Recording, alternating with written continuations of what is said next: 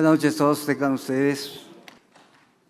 Desde el año 1864, de manera puntual se ha realizado este acto protocolario para dar inicio a las actividades académicas de nuestra organización, como es una tradición de la Academia Nacional de Medicina de México. En esta sesión solemne se dictará la conferencia magistral Dr. Ignacio Chavos. En esta ocasión estará a cargo del doctor Marco Antonio Martínez Ríos, con el título Reperfusión Universal en el infarto de miocardio, reto para México. Preside esta ceremonia y tengo el honor de presentar a la primera presidenta de la corporación, a la doctora Teresita Corona Vázquez, presidenta de la Academia Nacional de Medicina.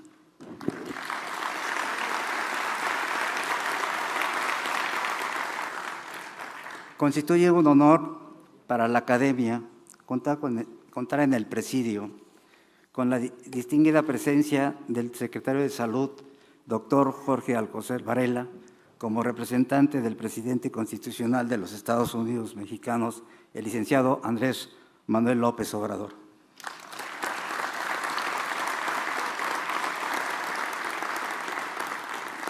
Además nos acompañan en el presidio el doctor Enrique Dragua Welch, rector de la Universidad Nacional Autónoma de México.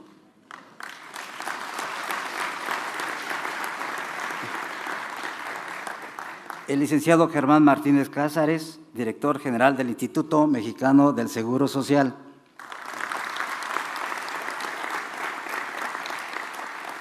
El doctor Juan Ramón de la Fuente, académico honorario y embajador de México ante la Organización de las Naciones Unidas.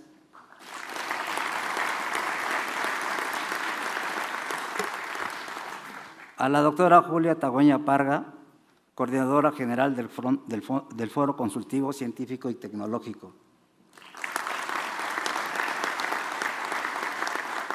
El señor Cristian Roberto Morales, representante de la OPS, de la Organización Mundial de la Salud en México.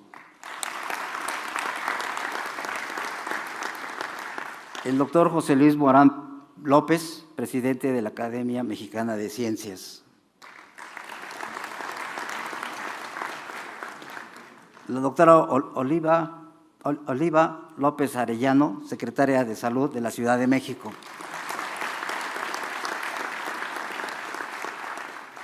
El licenciado Héctor León González, director adjunto del Desarrollo de Tecnología e Innovación, en representación de la doctora María Elena Álvarez Bulla Roses, directora general de CONACYT. El doctor Germán Fajardo Dolci, director de la Facultad de Medicina de la Universidad Nacional Autónoma de México. El doctor Rodolfo Ledman Mendoza, su director de Servicios de Salud de Pemex.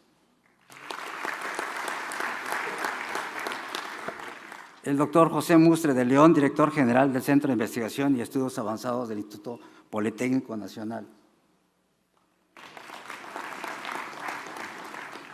El doctor Felipe Cruz Vega, vicepresidente en representación del doctor Juan Miguel Abdo Francis, presidente de la Academia Mexicana de Cirugía. El doctor Javier Mancilla Ramírez, presidente de la Academia Mexicana de Pediatría. También nos acompañan los académicos honorarios, el doctor Víctor Manuel Espinosa de los Reyes, el doctor Julio Sotelo Molán, el doctor Luciano Domínguez Soto, los presidentes del departamento de la Academia, el doctor Fernando Cano Valle,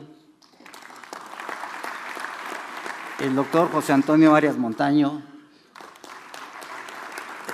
el doctor Rubén Arguero Sánchez,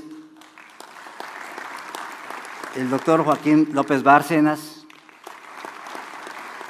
y los miembros de la mesa directiva, el doctor Jalabe Sherim, vicepresidente de la corporación,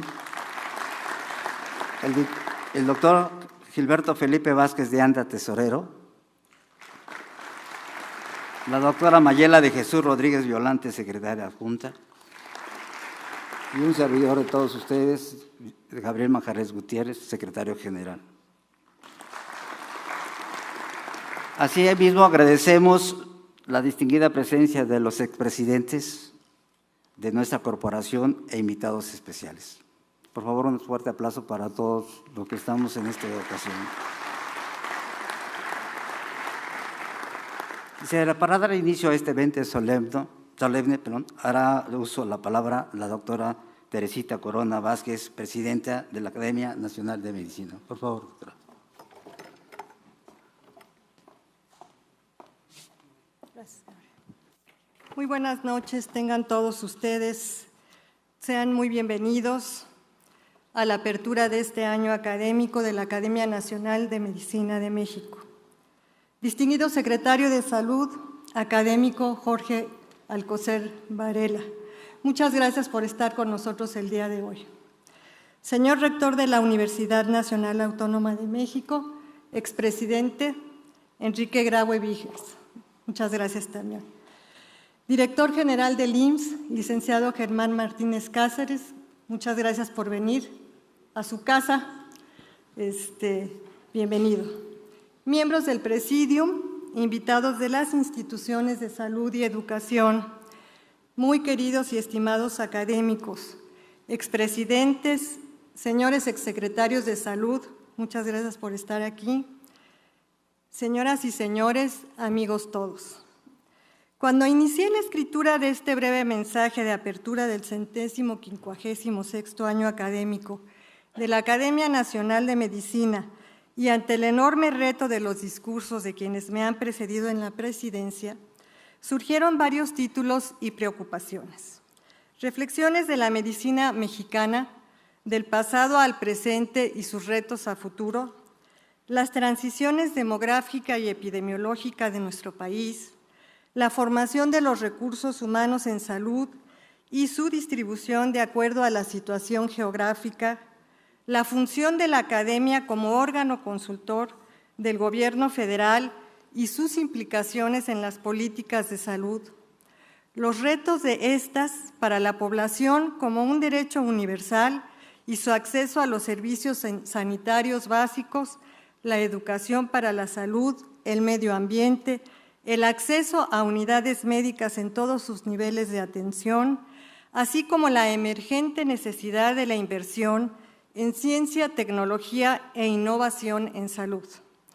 Todos ellos de la mayor relevancia.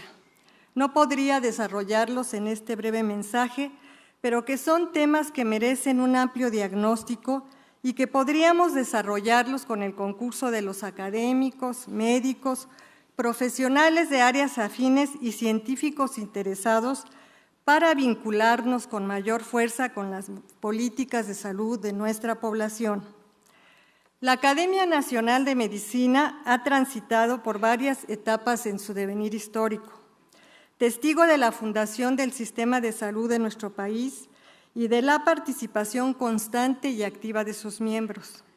El primer antecedente se dio en 1836, al crearse la primera Academia de Medicina de México. En 1877 se conformó como Academia Nacional de Medicina. En 1912 fue reconocida por el gobierno del presidente Madero como órgano consultivo del gobierno federal. En el laberinto de la soledad, Octavio Paz analiza las expresiones, las actitudes, las preferencias distintivas de los mexicanos para llegar a su estado de ánimo y los revela desde su pasado al presente como un ser cargado de tradiciones. En contraportada. Así, es importante analizar desde el pasado y el presente hacia dónde se dirige la medicina mexicana, a través de sus políticas de salud y de su interacción con todos los organismos nacionales y los organismos internacionales implicados en el proceso de la salud-enfermedad. Las transiciones demográfica y epidemiológica que atraviesa nuestro país nos muestran los retos a seguir para establecer las prioridades de atención a la salud y a la enfermedad.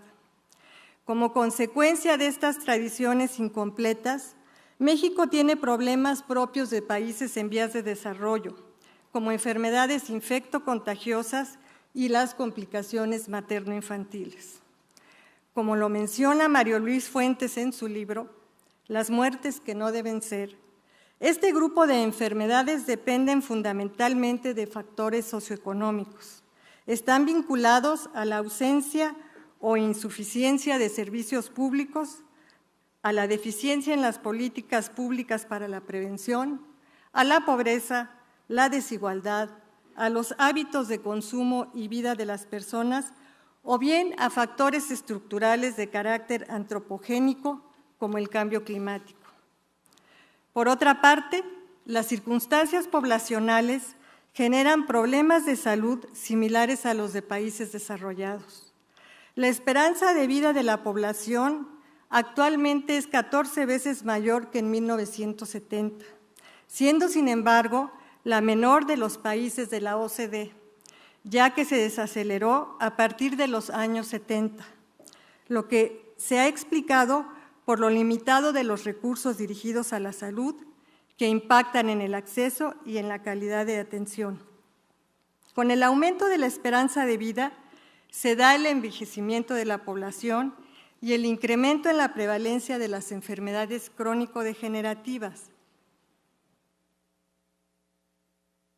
En países desarrollados, se considera un país envejecido cuando el 10% o más de su población tiene 60 años o más. México actualmente tiene una población cercana al 10% con 60 años o más, por lo que estamos llegando también a ser una población envejecida. Este envejecimiento, aunado a factores ambientales y sociales como la educación, la distribución de la riqueza, el acceso a los servicios sanitarios y de salud, entre otros, son causa de discapacidad importante. La discapacidad en México afecta a casi el 48% de los adultos mayores.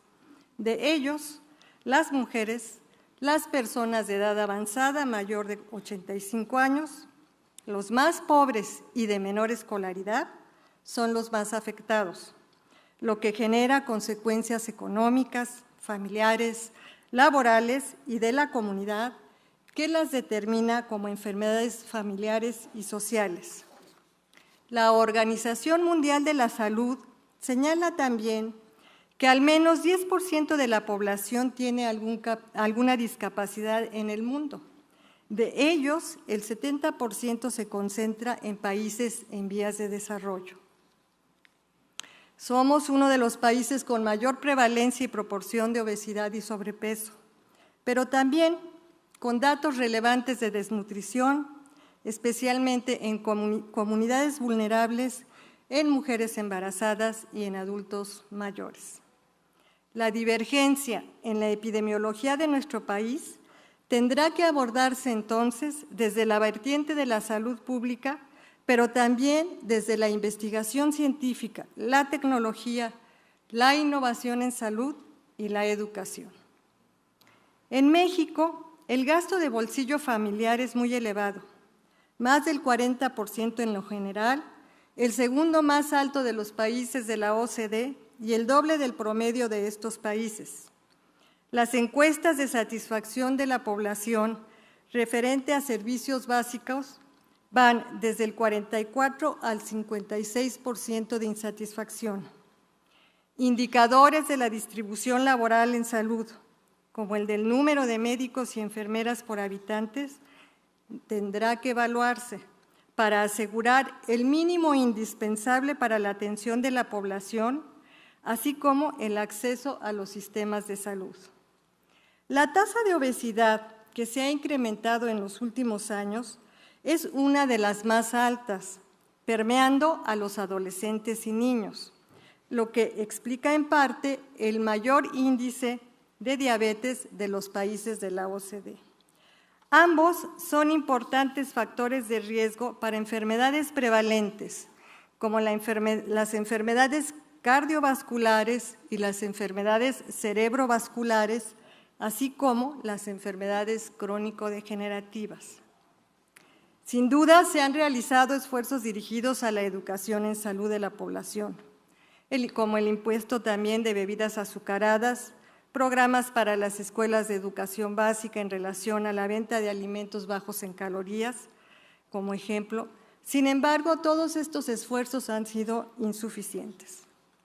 Son, por otro lado, los datos de muertes violentas por accidentes de tránsito y homicidios muy altas y crecientes, sin mencionar los problemas de atención a la salud mental de la población, en donde se muestra que más del 9% padece algún trastorno afectivo. De ellos, la depresión es la más prevalente, cifras que deberán actualizarse porque tenemos estas cifras ya de años pasados. Las adicciones y los referentes a la salud reproductiva, como los embarazos no deseados y el aumento de embarazos en niñas y adolescentes, tendrá que abordarse. El reto es enorme. Deberán privilegiarse las enfermedades más prevalentes, pero sin olvidar aquellas que no lo son y que afectan igualmente a las personas, como las llamadas enfermedades raras.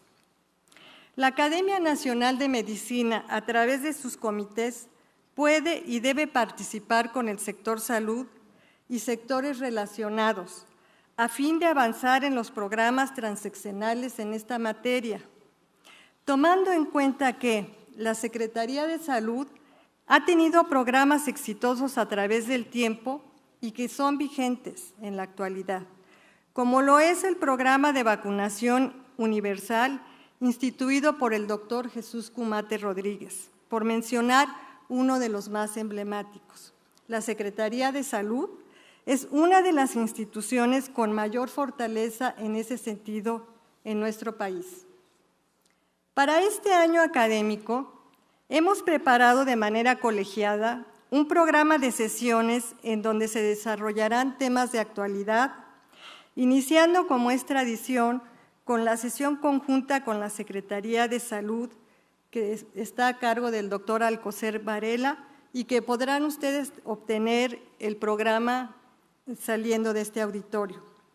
También se analizarán otros temas que nos tienen preocupados, como son el retiro digno del médico, la legislación en materia de infertilidad y de reproducción, la obesidad en la mujer, la medicina translacional, la seguridad sanguínea, la resistencia antimicrobiana, los biobancos en México, el cáncer en niños, el embarazo en adolescentes, las demencias en México, el futuro de la oncología, los encuentros y desencuentros de la educación médica y el Sistema Nacional de Salud, la epidemia de la obesidad y otros más que podrán revisar en el programa académico que ya se les fue enviado, y que darán marco a todas las actividades y acciones que se llevarán a cabo en este año. Estas sesiones solamente son las sesiones ordinarias, pero tendremos una serie de sesiones extraordinarias y actividades en conjunto con otras instituciones. Como ya he mencionado, también se llevarán sesiones extramuros en la Ciudad de México y en el interior del país para dar muestra del concepto de una academia nacional. Para finalizar, la mesa directiva de la Academia Nacional de Medicina de México, invitamos a todos los académicos, médicos, personal de salud y disciplinas afines, instituciones federales, regionales y privadas, a partir con las actividades de esta academia para así aportar con nuestros conocimientos y nuestras acciones al bienestar de la población de nuestro país. Muchas gracias.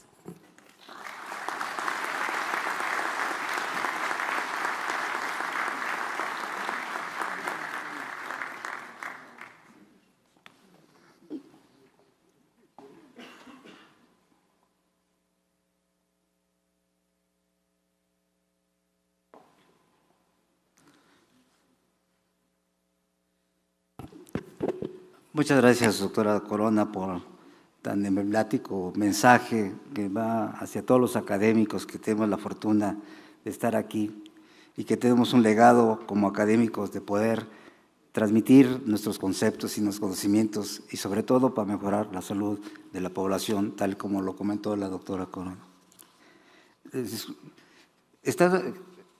También una disculpa porque se me pasó a presentar al doctor Ignacio Albarrán, presidente de la Academia de Ingeniería de México. Gracias. Para continuar, se dictará la conferencia magistral Doctor Ignacio Chávez, titulada Repercusión universal en el infarto de miocardio, el reto para México, a cargo del doctor Marco Antonio Martínez Ríos, miembro titular de la Academia Nacional de Medicina, director general del Instituto Nacional de Cardiología Ignacio Chávez. Invitamos al doctor Marco Antonio Ramírez Misa a hacer uso de la palabra. Señor Secretario de Salud, representante del señor Presidente de la República. Doctora Teresita Corona, presidenta de esta corporación. Doctor Germán Martínez, director general del IMSS. Doctor Graue, rector de la Universidad Nacional. Doctor de la Fuente, exrector. Mesa de honor, expresidentes, académicos honorarios, compañeros directores de otros institutos nacionales de salud aquí presentes. Gracias por acompañarme. Deseo, en primer lugar, hacer patente mi agradecimiento a la mesa directiva de la Academia, particularmente a la doctora Teresita Corona, la designación para impartir la conferencia Ignacio Chávez de apertura del año académico. Esta noble Academia Nacional de Medicina de México es el órgano consultor del gobierno federal con mayor antigüedad y relevancia en el campo de la medicina, con más de 155 años de trascendental trabajo a favor de México. Destaco que por primera vez en esta corporación, una mujer ocupa el cargo de presidente, la distinguida doctora Teresita Corona, neuróloga mexicana reconocida nacional e internacionalmente y que fuera directora del Instituto Nacional de Neurología y Neurocirugía, doctor Manuel Velasco Suárez. Esta noche abordaré el tema de reperfusión universal y destaco lo de universal en el infarto agudo del miocardio, un reto para México. Para ello elaboré la siguiente agenda. La primera parte se refiere a la síntesis curricular muy apretada del maestro don Ignacio Chávez. Alguna pasada muy superficial de los institutos nacionales de salud para entrar de lleno al Instituto Nacional de Cardiología, algunos hechos históricos. Para posteriormente, en un segundo bloque, tratar el panorama de las enfermedades cardiovasculares en México. Esto ya fue tocado brillantemente por la doctora Corona. Sin embargo, haré algún énfasis en algún punto. Para terminar con 2 puntos que son el tema de la conferencia. La atención del infarto agudo de miocardio en México con señales de alerta y el Programa Nacional para la Atención Universal, insisto, universal, del infarto agudo del miocardio. La conferencia lleva el nombre Doctor Ignacio Chávez. Me enteré hace unos momentos que el doctor Fraga, siendo presidente de esta corporación, instauró el nombre a esta conferencia inaugural. Hace 20 años que él fue presidente, viéndolo en las fotografías. El maestro Chávez, excepcional médico mexicano, hombre clave en la medicina mexicana contemporánea. El maestro nació el 31 de enero de 1897 en Cirándaro de los Chávez, Michoacán, hoy Guerrero. Siendo aún muy joven, emigró a Morelia, Michoacán, para realizar sus estudios básicos e intermedios, incluido el primer año de medicina en la Escuela de Medicina de San Nicolás de Hidalgo.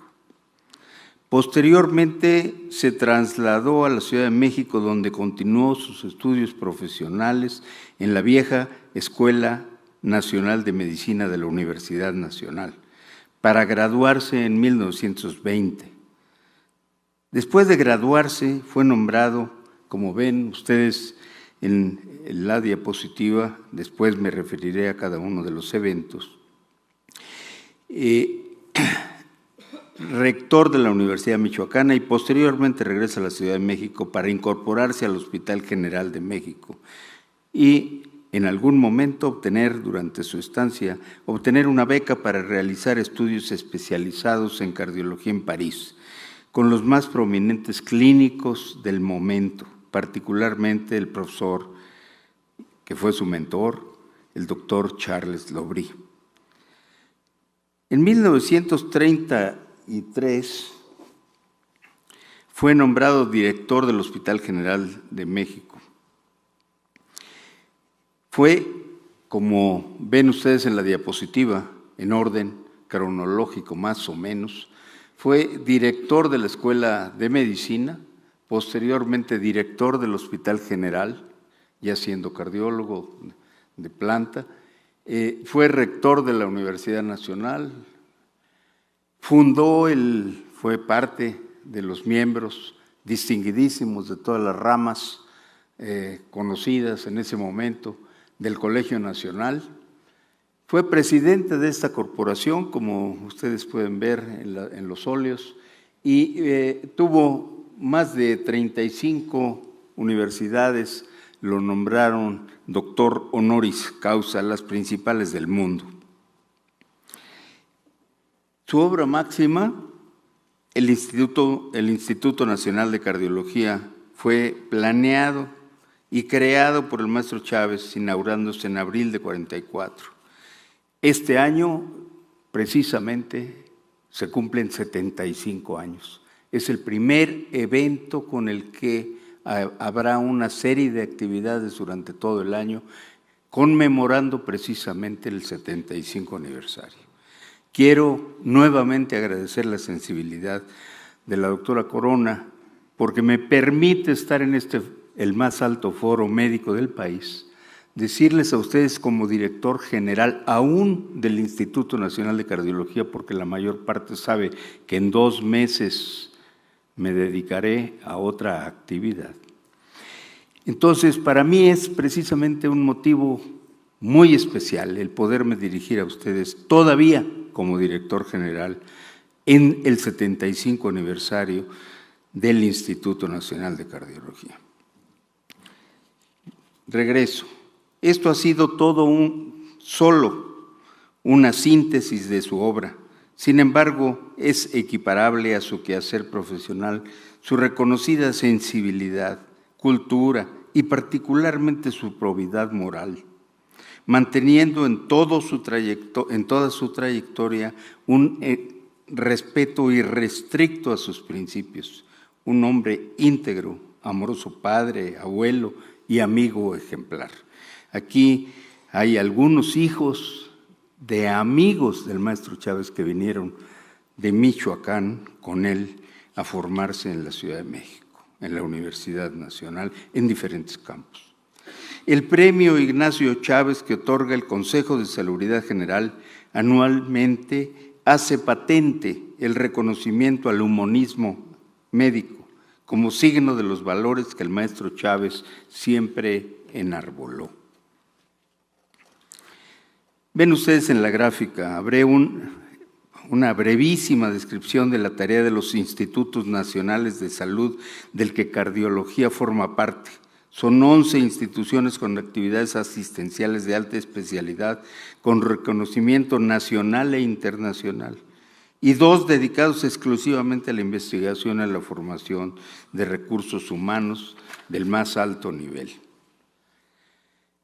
Como está señalado en la diapositiva, la misión de los institutos siempre ha sido y es lo que aquí destacaré rápidamente: Desde su fundación, la misión de los institutos ha sido la asistencia médica de excelencia. Anualmente se atienden a más de 1 millón de personas con patologías de alta complejidad, siendo centros de referencia nacional y ocasionalmente internacional. Asimismo, la formación de recursos humanos de alta especialidad es uno de los objetivos claves de los institutos. Cada año se gradúan más de 1,000 médicos con diferentes especialidades y altas especialidades. En todos los cursos está, y ahí está el escudo de nuestra máxima casa de estudios, todos reconocidos por la Universidad Nacional. Es el caso de cardiología, como lo diré en su momento. El tercer objetivo de los institutos es la investigación científica. Basta comentar que el 80% de la productividad en investigación en ciencias biomédicas en el país procede de los institutos nacionales de salud. En esta gráfica se representa el número de miembros del Sistema Nacional de Investigadores por institución académica. Destacan los institutos nacionales de salud, como lo ven, con 1,121 miembros a la fecha. Excluimos de esta gráfica a nuestra máxima casa de estudios, quien supera por mucho ese número con 4,166 miembros, pero se incluyen investigadores en áreas no biomédicas. Tras la fundación del Hospital Infantil de México, primer instituto de salud, el segundo fue el Instituto Nacional de Cardiología, fundado en 1944. Sin embargo, es importante reconocer nuestros antecedentes. Los antecedentes del instituto datan del viejo pabellón 21 del Hospital General, nuestra vieja hospital, escuela, madre o padre. El pabellón 21, sala reservada para enfermos del corazón, donde el maestro Chávez inició la especialización de cardiología. Presento la fotografía histórica del inicio de los cursos de cardiología para graduados que el maestro instauró a su regreso de Francia. Destáquese la presencia de sus alumnos y que después fueron también directores, como el maestro Aceves y el maestro Vaquero. El maestro Aceves también presidente de esta corporación. El sueño del maestro Chávez se cristalizó con la creación del Instituto Nacional de Cardiología, como mencioné, el 18 de abril de 1944. Primer centro en el mundo dedicado al estudio especializado en las enfermedades cardiovasculares, modelo mundial. Ese modelo se ha replicado internacionalmente.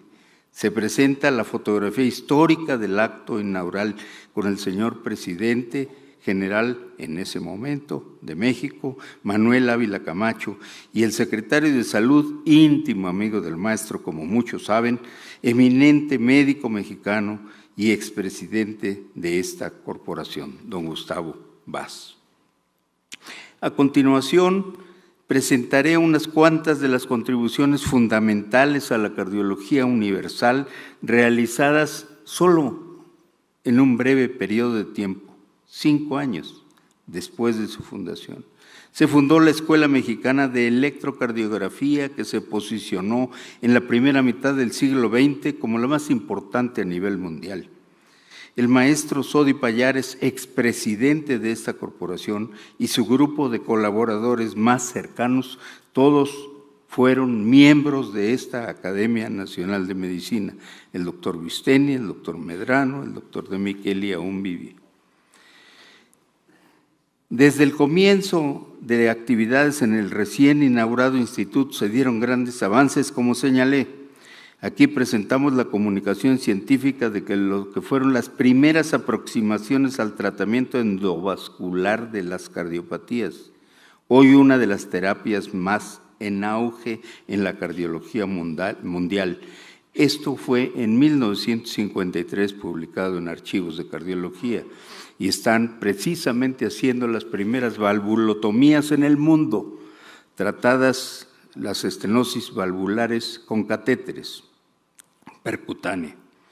El nacimiento de la electrofisiología moderna se fundamenta en el registro del haz de His, logrado por primera vez en modelos animales por el doctor Alanís en el instituto, en el edificio experimental, después remodelado con la colaboración del presidente de la República, el licenciado Miguel Alemán. Ven ustedes el registro del haz de His claramente en la diapositiva con el doctor Alanís en el perro, y esto pues hace que surjan de ahí todo lo que es la electrofisiología moderna. Importante es destacar que la cardiopatía reumática era el principal reto en salud cardiovascular en México en la primera mitad del siglo XX, así como ahora son las enfermedades crónico-degenerativas. El programa de la Secretaría de Salud y el Instituto controló la epidemia y el esquema de prevención es modelo en muchos países del mundo. Actualmente todavía sigue vigente en algunos países de África e islas del sur del Pacífico. El doctor Felipe Mendoza, en la fotografía lo pueden ver, también expresidente de esta academia, fue el artífice de la fiebre reumática, de la campaña de la fiebre reumática en 1962. Es imposible hablar de cardiología sin decir la ceremonia de graduación de los médicos residentes que en los próximos días tendremos, que se mantiene la tradición de colocar un marcador en el sitio de origen de cada uno de los médicos. Con el paso de los años, el número tan importante de graduados ha hecho imposible colocar más alfileres. Hoy contamos con más de 3,000 egresados distribuidos en todo el mundo. El Instituto ha mantenido siempre una relación estrecha con la Academia Nacional de Medicina. Este enero de este año se contabilizan 32 médicos del Instituto como miembros activos de esta corporación. Desde 1944, 11 expresidentes de esta academia han sido médicos del Instituto y un presidente electo quien lamentablemente falleció antes de tomar posesión del cargo, el doctor Atié, en la última fotografía. Pasamos ahora al tema de la aterosclerosis. En esta diapositiva se muestra un esquema de la enfermedad arterial desde el nacimiento al lado izquierdo hasta las manifestaciones clínicas en el extremo derecho, que en el caso de la enfermedad coronaria culmina con el infarto del miocardio. Este proceso etiopatogénico puede ocurrir de manera paralela en otros territorios vasculares, casi es habitual, como es el sistema vascular cerebral, el sistema arterial esplácnico y, por supuesto, el periférico. Nótese la progresión de la placa de ateroma, que progresivamente disminuye la luz del vaso y que finalmente al fracturarse da origen al fenómeno de trombosis oclusiva, que desencadena la lesión miocárdica y posterior necrosis, en el caso del corazón, dando lugar al infarto miocárdico. Ven ustedes desde la niñez el vaso casi limpio, pero va progresando la placa de ateroma. Ya se ven indicios desde la niñez, progresando la placa de ateroma hasta la ruptura que erosiona la adventicia, la íntima, y posteriormente esto favorece o se presenta la trombosis. Queda de manifiesto que la enfermedad empieza en la infancia, con los factores de riesgo cardiovascular altamente prevalentes en México. Progresa en la adolescencia y se complica en la adultez con las enfermedades crónico-degenerativas. Es fundamental atacar todos los estadios de la enfermedad con estrategias de prevención primaria y posteriormente secundaria. Es motivo de alarma, ya fue señalado por la doctora Corona, que en los últimos 30 años se ha observado que la prevalencia de los factores de riesgo para aterosclerosis en México se han incrementado. Esto es un verdadero problema que tenemos que conocer y que atacar. Estos factores son comunes también para el cáncer. En días pasados fue el Día Mundial del Cáncer. Son los mismos factores. Las enfermedades pulmonares, como entre otras. Como consecuencia, no es sorpresa que en las estadísticas de mortalidad la enfermedad isquémica del corazón sea la primera causa de muerte en los últimos 30 años. Diversos registros de mortalidad han tenido discrepancias si las enfermedades, si el cáncer, factor desde luego importante en las entidades causales de mortalidad. Sin embargo, todas coinciden en que las enfermedades cardiovasculares son la primera causa de muerte en México. Esta gráfica es de la Organización Mundial de la Salud. Enfocándonos directamente al infarto agudo del miocardio, es la consecuencia directa, como ya dije, de la trombosis coronaria. En esta diapositiva se muestra una imagen histopatológica de la placa de ateroma complicada con ruptura y trombosis en el lado izquierdo, y su efecto o su descripción angiográfica en el lado derecho, donde están las flechas y se ve el trombo que parece una boca con lápiz labial. Ese es el trombo. Como se expuso previamente, la trombosis coronaria produce una obstrucción en el flujo de sangre al miocardio. La isquemia resultante progresivamente induce necrosis del tejido en un efecto dependiente del tiempo. Esto es fundamental. La diapositiva muestra en modelo experimental de Jennings en 1960 la curva exponencial, y es importante la palabra exponencial, de reducción en el porcentaje del músculo viable en rojo en función del tiempo de isquemia. A mayor tiempo de isquemia, menor proporción de músculo salvable, lo que obliga a buscar tratamiento que pueda ser ofrecido en un máximo de 12 horas tras el inicio de los síntomas. Esto es crucial. Existe, como la mayor parte de ustedes saben, básicamente dos alternativas de tratamiento en el infarto agudo. A la derecha de la diapositiva, la angioplastía primaria, que consiste en la introducción de un catéter para llegar a las coronarias para la resolución mecánica de la obstrucción, que es definitivamente el mejor método, sin lugar a dudas, lamentablemente poco disponible. Otro procedimiento es la denominada estrategia farmacológica, que consiste en la administración endovenosa periférica de un fármaco fibrinolítico que logre disolver el trombo coronario. La mayor fortaleza de la trombolisis es la disponibilidad en tiempo, espacio y costos. Esta opción es fácil de administrar, lo que permite puede ser administrada en centros de atención primaria, atención prehospitalaria o en la sala de urgencias de cualquier clínica. Como alternativa complementaria, hemos diseñado una tercera línea que involucra a ambos, la denominada farmacoinvasión. En esta opción, los pacientes reciben tratamiento fibrinolítico en el primer contacto y son trasladados en las primeras 24 o 48 horas a unidad médica especializada donde se juzgará la necesidad o no de cateterismo cardíaco. La mayor parte se realizará.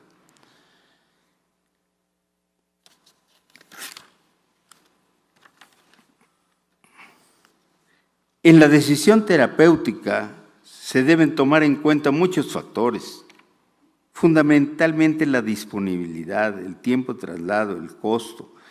El tiempo de traslado nunca debe rebasar las 2 horas, el tiempo es músculo, el tiempo es vida, el tiempo es básicamente todo. Y las características del paciente se tienen que tomar y su entorno, incluido el económico.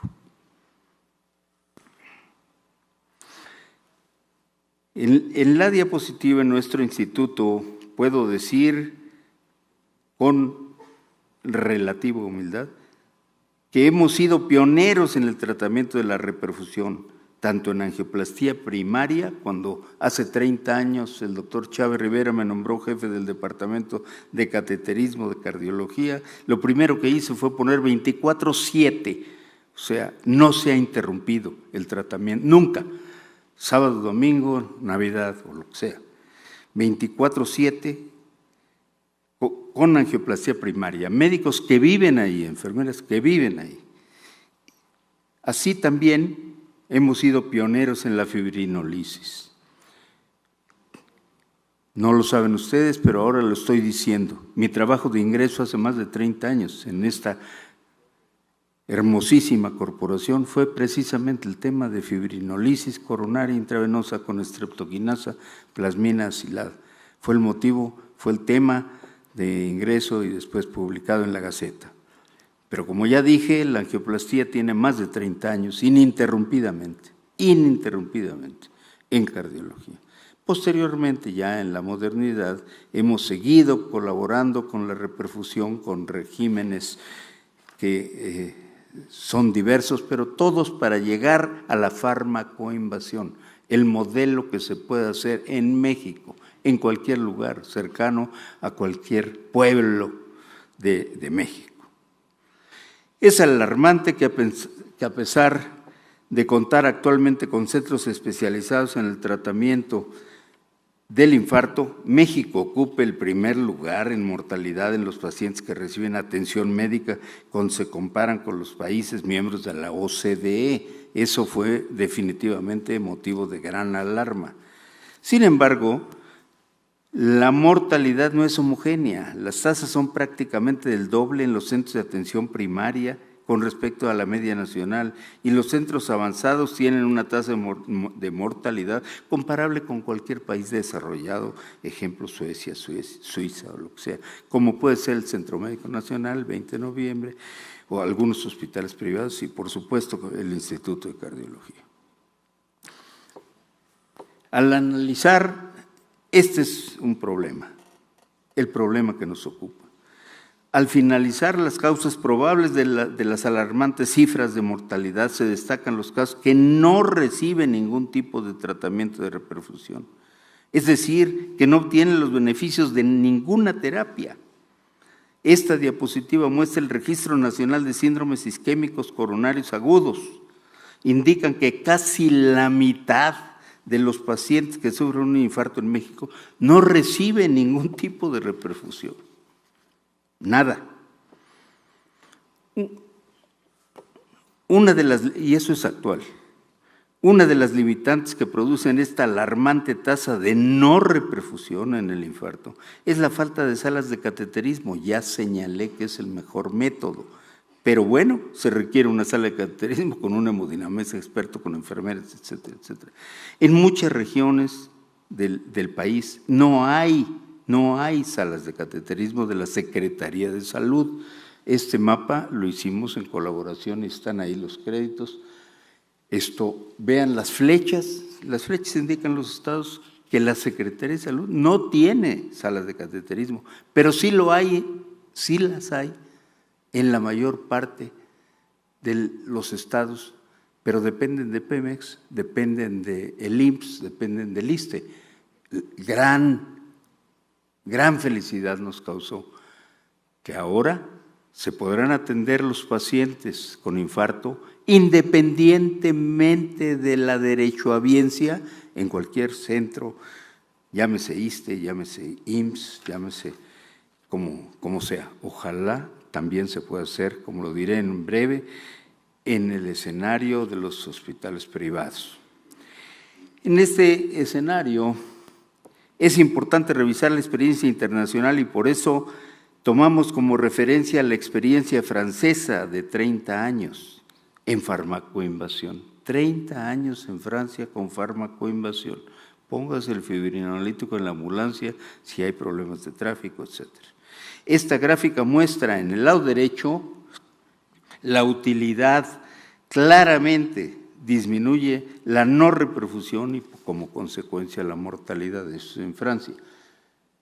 Como señalé, la no reperfusión disminuye y la mortalidad disminuye. Esta corporación ha contribuido con información y evidencia científica que apoya el modelo fármaco invasivo para México, como se destacó en este libro de postura, y aquí está el presidente que nos invitó a hacer esto, publicado en 2015, documento de postura de la Academia Nacional de Medicina. Es importante también señalar que estudios auspiciados por el Banco Interamericano de Desarrollo, en donde el Instituto colaboró con la Secretaría de Salud y todas las instituciones que ya señalé, IMSS, ISSSTE, etcétera, han establecido claramente el diagnóstico situacional de la atención del infarto en México, demostrando que la estrategia fármaco-invasiva es el modelo que más se ajusta a nuestra realidad. Hago patente, como está señalado en la diapositiva, el reconocimiento al doctor Narro, al doctor Melhem, subsecretario, y al doctor García Saizó, cuya labor permitió producir esta evidencia científica. Es un libro de buen tamaño. Así fue como se diseñó un algoritmo simplificado, estoy simplificando las cosas, en el tratamiento del infarto, en el que todos estamos de acuerdo, el cual fue aprobado para aplicación nacional en la Secretaría de Salud. En este esquema, el paciente que acude a un primer contacto médico con dolor precordial debe ser evaluado con un electrocardiograma en los primeros 10 minutos de su llegada. Ese trazo electrocardiográfico es analizado localmente y a distancia por medio de telemedicina. En caso de demostrarse que el paciente realmente sufre un infarto, se establece la necesidad de fibrinólisis in situ o traslado a sala de hemodinámica, si el tiempo lo permite, para angioplastia primaria. El primer acercamiento a un sistema integrado de diagnóstico oportuno con soporte de telemedicina y referencia temprana se instaló en la Ciudad de México en 2016. Piedra angular de este sistema fue la capacitación y equipamiento de 64 centros de salud en la Ciudad de México, todos conectados con el Instituto Nacional de Cardiología, promovido y pagado por el gobierno de la Ciudad de México. Posteriormente, el instituto se dio la tarea de no quedarse solamente con la Ciudad de México, de ampliar este programa con alcance nacional, particularmente buscando la educación de los profesionales de salud. A la fecha, se han capacitado 5,258 profesionales pertenecientes a dependencias de la Secretaría de Salud en el manejo del infarto. Todo México está cubierto. Fueron equipados con carros rojos y material indispensable fibrinolítico para el diagnóstico y manejo del infarto a centros de primer contacto en referencia nacional. En estas imágenes se muestran al personal del Instituto y de la Secretaría de Salud involucrados en las diferentes fases del programa. Extiendo el agradecimiento a la Secretaría de Salud de los 32 estados de la República, quienes fundamentalmente, coordinados por la Dirección General de Calidad en Salud, pusieron en marcha ese extenso programa de capacitación a nivel nacional. Es muy temprano para congratularnos, pero tenemos la evidencia de que esa capacitación ha reducido las tasas de no reperfusión por el número de pacientes que se reciben en el Instituto de Cardiología. Hoy en la mañana me decía el jefe de residentes que se ha incrementado en alrededor de 10 veces más el número de pacientes que se reciben, que ya recibieron fibrinolítico en diferentes estados de la República, pero básicamente el área conurbada. Impulsados por la necesidad de contar con insumos y dispositivos médicos de alta tecnología a bajo costo, y subrayo a bajo costo, conscientes de nuestra realidad, el Instituto, en conjunto con CONACYT y con el TEC de Monterrey, han diseñado y producido un stent coronario metálico desnudo, útil para el tratamiento en angioplastía primaria, vuelvo a decir, en bajo costo, nuestra realidad. Este dispositivo ya pasó todas las pruebas preclínicas en cerdos y está actualmente en COFEPRIS pidiendo que se apruebe para aplicación humana.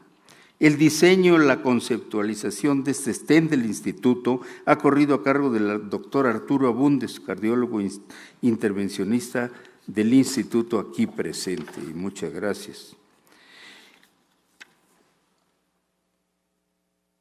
Ahí está el stent del Instituto Nacional de Cardiología, vuelvo a decir, ya fabricado y pasado todas las pruebas experimentales en cerdos, con angiografía a los 6 meses de esos cerdos, etcétera, todo en el bioterio de cardiología.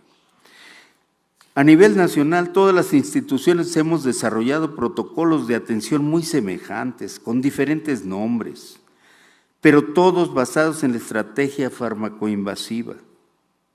Aquí presente, en la sala, destaco a la doctora Borrallo, líder en el Instituto Mexicano del Seguro Social. En fin, hay funcionarios también del ISSSTE. Sin embargo, es indispensable que se sumen los hospitales privados, ya que por ley tienen que atender las urgencias que comprometen la vida, como es el caso del infarto agudo del miocardio, de acuerdo al artículo 17, fracción 2 de la Ley General de Salud vigente, al menos fibrinolítico. Al 2019 hemos avanzado, estoy por terminar, hemos avanzado para lograr la meta de reperfusión universal. Llegue donde llegue el paciente, se le dé al menos fibrinolítico, independientemente de IMSS, ISSSTE, o hospitales de la Secretaría o inclusive hospitales privados. Sin embargo, aún tenemos pendientes por resolver. Uno de ellos es la inclusión de las recomendaciones del manejo, y eso está en el lado derecho de la diapositiva en verde, en las guías oficiales de la CENETEC, y por supuesto la actualización, nos llevará esto a la actualización de la norma oficial mexicana para el diagnóstico y tratamiento del infarto agudo. Asimismo, es deseable contar con una oficina de coordinación nacional del programa de atención del infarto, que yo digo, desde el instituto pueda conjuntar esfuerzos y estrategias nacionales. Termino. Es indispensable formalizar el tratamiento con acceso universal del infarto como política pública de salud nacional. Me disculpo si es necesario con algunos de ustedes. Quiero destacar que he tomado buena parte del tiempo de esta presentación para resaltar la figura y obra del maestro Chávez, para estar congruente con que esta conferencia lleva su nombre desde hace más de 20 años y además que el Instituto Nacional de Cardiología celebre este año 75 aniversario, que a final de cuentas, dentro de 7 semanas, dejaré el cargo de director general. Gracias, doctora Corona, por la oportunidad.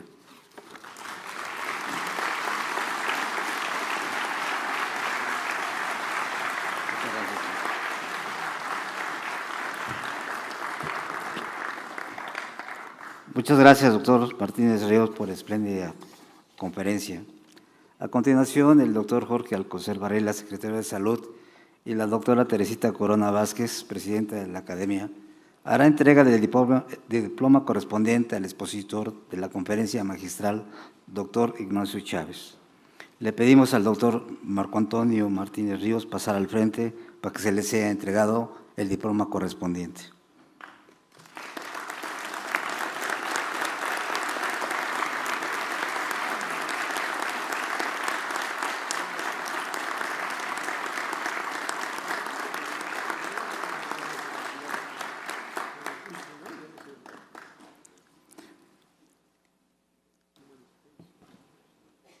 A continuación, cedo la palabra al secretario de Salud, doctor Jorge Alcocer Varela, quien hará la declaratoria de inauguración del 146º aniversario académico, perdón, 146º año académico. Muchas gracias.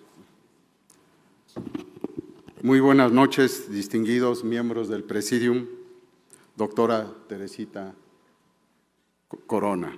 todos miembros de la Academia Nacional de Medicina, de las demás representantes de instituciones, señoras y señores. Reciban un afectuoso saludo del licenciado Andrés Manuel López Obrador, presidente de México. Empezaré por lo más importante. Vamos al rescate de la medicina humanista. Porque si bien se ha progresado en las últimas 3 décadas debido al desarrollo tecnológico, la ciencia abre interrogantes que solo podrán ser resueltos con la ayuda de las humanidades médicas y fundamentalmente de la que se ha dado en llamar bioética. Como lo expresó Carlos Pellicer en su poema, un soneto de su libro Yo que de Tabasco soy, todos los sueños estaban despiertos y la vida con los ojos cerrados y la muerte con los ojos abiertos. En nuestra medicina, el humanismo andaba con los ojos cerrados, velado por excusas para no abrirlos. Pero es hora de abrir los ojos, analizar la realidad y actuar. Para rescatar la esencia humanista de nuestro gremio, tenemos que reconocer primero que la medicina no es una ciencia exacta, es experimental, lo que significa una constante instrucción. Debemos de reorientar acciones para fortalecer las escuelas y las instancias de salud que promuevan la investigación biomédica. Tenemos que hacer hincapié en la investigación como un elemento ineludible para generar conocimientos que ayuden al diagnóstico, al tratamiento y a la prevención de enfermedades en nuestra población. Estimados colegas, participantes de este magno evento, la medicina es un saber y una técnica relativa al hombre. Siendo humana, en ocasiones ha dejado de ser humanista, por eso vamos hacia su rescate. El rescate empieza por reconocer el vínculo insoslayable de la investigación biomédica con la ética médica. ¿Cómo? Si no es con la ayuda del humanismo y la ética, resolveremos los futuros retos de la medicina relacionados con las enfermedades generadas por el calentamiento global, entre otras. Esto es razón para estar aquí. Es por ello que el médico que se dedique a la investigación biomédica tiene la obligación especial de encontrar un difícil equilibrio entre ciencia y filosofía, que le permita proteger los derechos y el bienestar de los pacientes, sin olvidar su vocación de generar conocimiento de utilidad para la humanidad. Para llegar a esta meta nos esforzaremos desde la Secretaría de Salud en desarrollar todas las ramas de la medicina en nuestro país, sin excepción. Y recordaremos siempre que la investigación, con presencia en el terreno, desde el primer nivel de atención, es la base para el desarrollo del sistema de salud y para la generación de médicos comprometidos con su país. Estimados colegas, no hay mejor grupo de médicos comprometidos como los miembros de la Academia Nacional de Medicina. Se ha dicho, empezó oficialmente esta academia en 1912, cuando don Francisco I. Madero lo reconoció como cuerpo consultivo del gobierno federal. Hoy, más de un siglo después, todos los rectores de la UNAM que han sido médicos han pertenecido a la academia y contamos en su seno 16 premios Nobel. Ahora bien, si queremos seguir con este espíritu de vanguardia de la academia, debemos comprender que para tener médicos de vanguardia es necesario una formación, una educación y una docencia de vanguardia. Desde luego que en la cuarta transformación tenemos presente estos elementos. Pensamos en el terreno, desde las comunidades. Tenemos la oportunidad de vincular estrechamente la docencia, a los servicios médicos, es decir, caminar a la utopía donde nuestros principales hospitales del país sean todos hospitales docentes. Este año tenemos un programa académico de vanguardia que busca abrirnos los ojos para concretar nuestros sueños. Hablaremos de las regulaciones y actuaciones de frente a la próxima contingencia sanitaria, la medicina translacional en las enfermedades metabólicas, el estado actual y perspectivas de la imagen molecular PET y la resistencia antimicrobiana. Estos y todos los temas con un amplio espacio de reflexión humanista. Es hora de comprometernos con nuestra realidad, de responsabilizarnos de este momento, desde este momento. Tanto gobierno como sociedad no solo nos corresponde hacer lo necesario, sino mucho más. No hay mejor manera de concluir estas breves palabras que dándole voz nuevamente a las letras del poeta Carlos Pellicer en La dualidad nocturna. Todo parece estar naciendo apenas, todo parece estar naciendo apenas. Trabajemos juntos por esta tarea. Distinguidos colegas, por favor, acompáñenme poniéndose de pie para hacer la inauguración y decir la cita consagrada de que siendo las 19:07 del día de hoy, siendo las 20 horas, miércoles 6 de febrero de 2019, con la representación de nuestro presidente, es para mí honor grande declarar formalmente inaugurados los trabajos del año académico 156º de nuestra Academia Nacional de Medicina, que sea en favor de la salud de nuestro pueblo. Muchas gracias.